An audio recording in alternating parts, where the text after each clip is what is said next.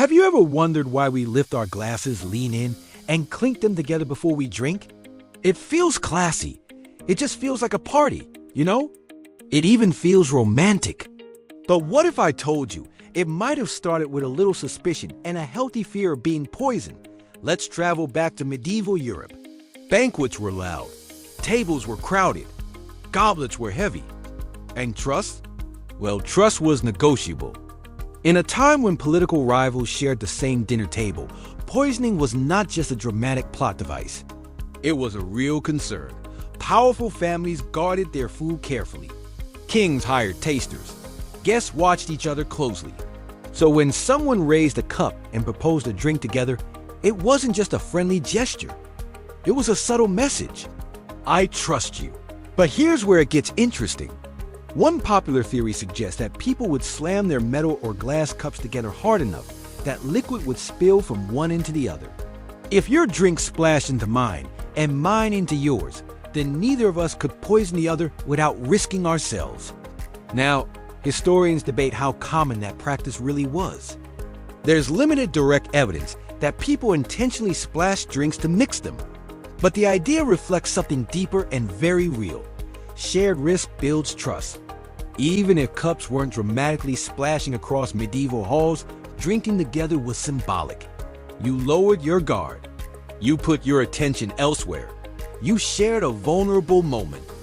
And that mattered. In many cultures, communal drinking became a ritual of unity. In ancient Greece, symposia weren't just parties. They were social and intellectual bonding experiences. In Rome, shared wine signaled fellowship. Across Europe, feasts sealed alliances. Over time, the act of clinking glasses evolved. In some traditions, people believed the sound itself served a purpose. During the Middle Ages, it was thought that evil spirits could hide in food and drink. The ringing sound of metal or glass was believed to scare them away. Yes, that cheerful clink might once have been spiritual pest control. There's also a sensory explanation. Drinking engages sight, smell, taste, and touch. But hearing, not so much. The clink adds sound to the ritual. It completes the sensory experience, making the moment feel fuller and more intentional. And then there's eye contact. In Germany and parts of Europe, it's considered very important to look someone in the eyes when you toast. Legend says that failing to do so could result in years of bad luck, or even romantic misfortune. Apparently, trust requires eye contact.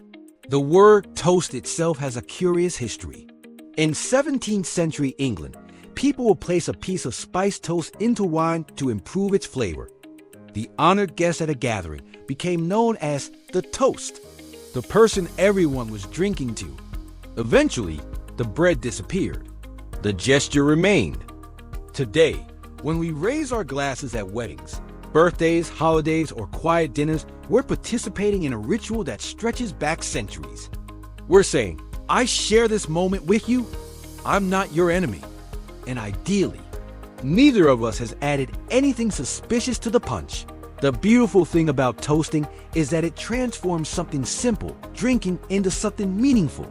It pauses time for a second. It gathers attention. It unites people around a shared intention. Even if we no longer fear poisoners lurking behind every roast chicken, the instinct behind the ritual remains the same. Connection requires vulnerability. And sometimes, all it takes is a small, ringing sound of glass meeting glass to remind us that we're in this together. So the next time you lift your drink and hear that familiar clink, remember, you're not just celebrating. You're participating in a centuries-old ritual of trust, born from a world where trust had to be proven carefully. And honestly, it's a lot nicer this way.